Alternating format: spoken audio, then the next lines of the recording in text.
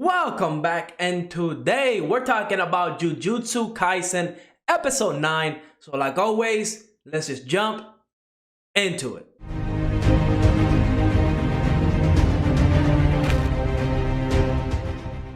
Episode 9 of Jujutsu Kaisen starts off with a character named Yoshino. He's a new character. We saw him last episode. He was kind of confronting the one curse. I believe his name was Mahito. We saw him early on as well. He's one of those cursed spirits that's trying to destroy humanity. So he kind of was talking to him about what he did to the students in the movie theater. And it's very interesting, right? Because this episode starts off with that Yoshino character being bullied. And that kind of puts you in perspective, right? He probably wants to gain some type of power so he can, at the very least, defend himself, right? Because I don't think he would turn 100% evil. I just think right now he is interested into what Mahito did to those characters in the movie theater where they were being annoying and they got deformed, they got destroyed, they definitely died. But I think Yoshino is not a bad character. I think from the opening, he was getting bullied. We saw that girl that was kind of telling the other guys to attack him because Yoshino was kind of looking at her in some weird way. We don't know the full story. We don't know if that's true. But even if Yoshino was looking at her, right? I don't think what those kids did to him, like beating him up and making him eat that cigarette butt, was like justice, right? Like it was messed up. It was over the line. I hate bullying. It wasn't even a fair fight. It was like 3 or 4 against 1. So I kind of wish Yoshino had the power then to do something, right? And we gotta talk about the button, right? He was talking about if he had a button and if he would press it and it would kill everybody that he hates, he would not press the button. So that kind of tells you that even if he hates somebody, he doesn't want to see them dead, right? But he would press the button if it would kill people that he hated. I mean, no, I said that wrong. It would kill people that hated him. So again, if people hate him for no reason, those are the type of people that he wants to see dead. So we see that his morals are kind of like in the gray area, right? Because one, he doesn't want to kill people that he hates, but he is willing to kill people that hate him. So he does wish death upon some people. And again, that could be over the line, but it's kind of like defending himself in some way, right? Because those people that are bullying him have no right to do that. He can't even defend himself because he's just overpowered. So I could see how he would want those people dead. Still, it's like a moral issue. It's kind of like in the gray area. I would like to know what side are you on. But before we jump into the rest of the episode, let me remind you to like and subscribe. It definitely helps the channel out. And I wish a very happy holidays for everybody out there. I hope you're having a good time, just as I am. But let's talk about Jujutsu Kaisen because this episode, we finally got to see Itadori back. He's the one investigating what happened in the movie theater. And I was kind of hoping we got to see his new powers. And we did. And I will say I was a little bit disappointed by it. It seems like it's just like a physical power-up, right? We see all the other characters, right? Like, heck, Fushiguro, he can summon those animals. That's very cool. That's very unique. We're not even going to talk about Gojo's power because that power, I don't even understand it very well, but him creating that realm, being able to that infinity stuff, very creative, very likable. I love it. I mean, everybody seems to have a unique power. Even the new character that we met in this episode, Nanami Kento, his power is very unique as well. It allows him to see like lines where the curses and the monsters he's fighting. He can see those lines and he can detect where the critical point is. And if he hits that point, it will do massive damage. It's kind of like a video game almost, right? And we see he has those glasses. So I don't know if those glasses is what allows him to see those critical points, or maybe he's hiding his eyes for some reason. Itadori did make that observation, right? That why do all these different sorcerers hide their eyes? We see Gojo is doing it, and now Nanami is doing it, right? I don't know what's the reason for it. Like, is that how they release their powers, through their eyes? I really hope they explain that. And if you have read the manga, please let me know in the comments. Not spoilers, but let me know if it's something that they will explain later on, because I'm really curious about that. Again, when I watch anime, I like to look at little things that kind of don't make sense to me, right? Why does Gojo kind of cover his eyes?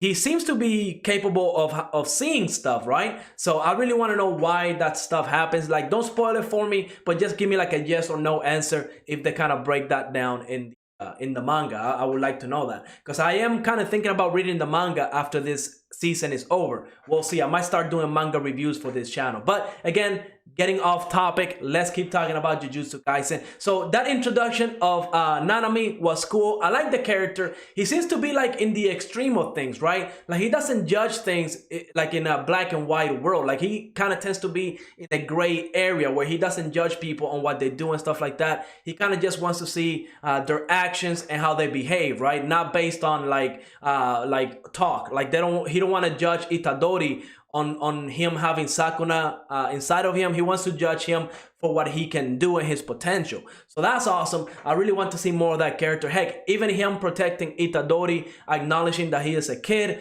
that's awesome. We don't see that too much in anime where we see like adults protecting kids, especially that age. They kind of let them do whatever they want. So that's awesome. He kind of takes that responsibility upon himself when they were fighting those two curses. Honestly, I liked Nanami's power. It seemed very interesting, but when it came down to Itadori's, I was disappointed. Again, when we compare Itadori's power to everybody else's is very unique, but Itadori, he seems to be able to punch something, and he has that double impact. Gojo kind of explained that his curse energy is kind of slow because he's not very good at controlling it right now. So I'm sure we're going to see some improvements. But as of right now, right, whenever Itadori punches somebody, that enemy gets the initial punch. And then when his curse energy kind of goes into the enemy's body, it kind of explodes because it's like that double hit.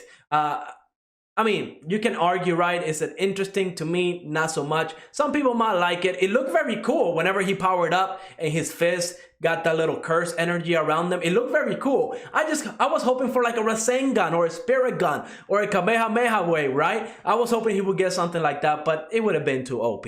But again, he still has a lot of room for improvement. Heck, even Nanami, after seeing him fight, acknowledged that Itadori has a lot of potential. So I cannot wait to see him grow as a character and get to see his powers, especially when he starts getting those techniques from Sukuna. Remember, Gojo did mention that since Sakuna or Sukuna is inside of him, eventually his techniques are going to kind of fuse together with Itadori. So he's going to be able to use those. So I cannot wait for that.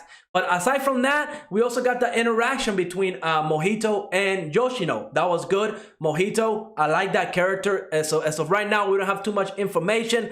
But I like the fact that when he was in the movie theater, he was just trying to enjoy a movie, right? He's a curse, but he still kind of wants to do stuff that humans do, right? He just wants to enjoy the movie. And those kids that were in there kind of being loud, which I absolutely hated. There's nothing more than I hate going to a movie and people being loud. That's just so obnoxious. And Mahito, I guess he's like me. He was not having it. He took care of the problem.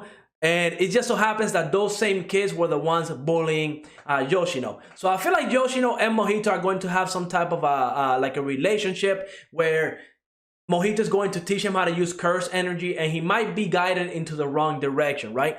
I don't think we're going to lose Yoshino as a villain, right? I think it's gonna be more like an anti-hero for a little bit, and then he might actually join the hero side, because I don't think Yoshino will be the type of character that would just cause harm and stuff like that. Again, at the beginning of the episode with what he said with the red button, right, where if you press that button, he would kill the people that hated him. I don't think he's willing to just attack people for no reason. So I think Mahito might be interested in this human for a little bit and teach him a little bit of curses and stuff like that. And later on, maybe Yoshino will switch over to Jujutsu Tech and, you know, go from there. We'll see, but I definitely want to see how that's going to play out. Now, we did see that Mahito mentioned that he was born because of humans' fear of other humans. So stuff like war and stuff like that. And he also kind of talked about how some other curses were born because, you know, humans are afraid of, you know, nature, I would guess, like the forest, volcanoes, and maybe that's how the volcano special grade curse came to be, right? So definitely hope we learn more about those special grade curses, because they seem to have speech, be smart, so that would be amazing to learn more about that. But overall, I will say it was kind of like I wouldn't say a bad episode, but I was just a little bit disappointed. One, because of Itadori's power, I wish it was more, and then the cliffhanger that we got at the end, right? They're going after Yoshino, and Nanami is gonna go after Mahito. He knows exactly where he's at, so it's probably gonna be a trap.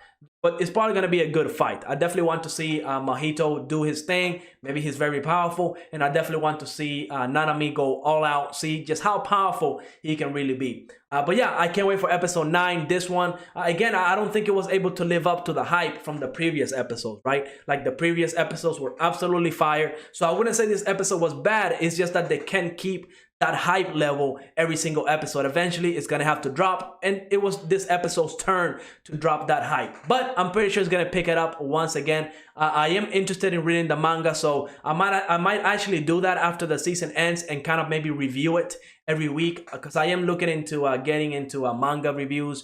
Like maybe 1 or 2. One Piece, Jujutsu Kaisen. We'll see. If you want one that you want me to read, I might check it out. Let me know in the comments. But like always, leave a like, subscribe, and I will see you on the next episode.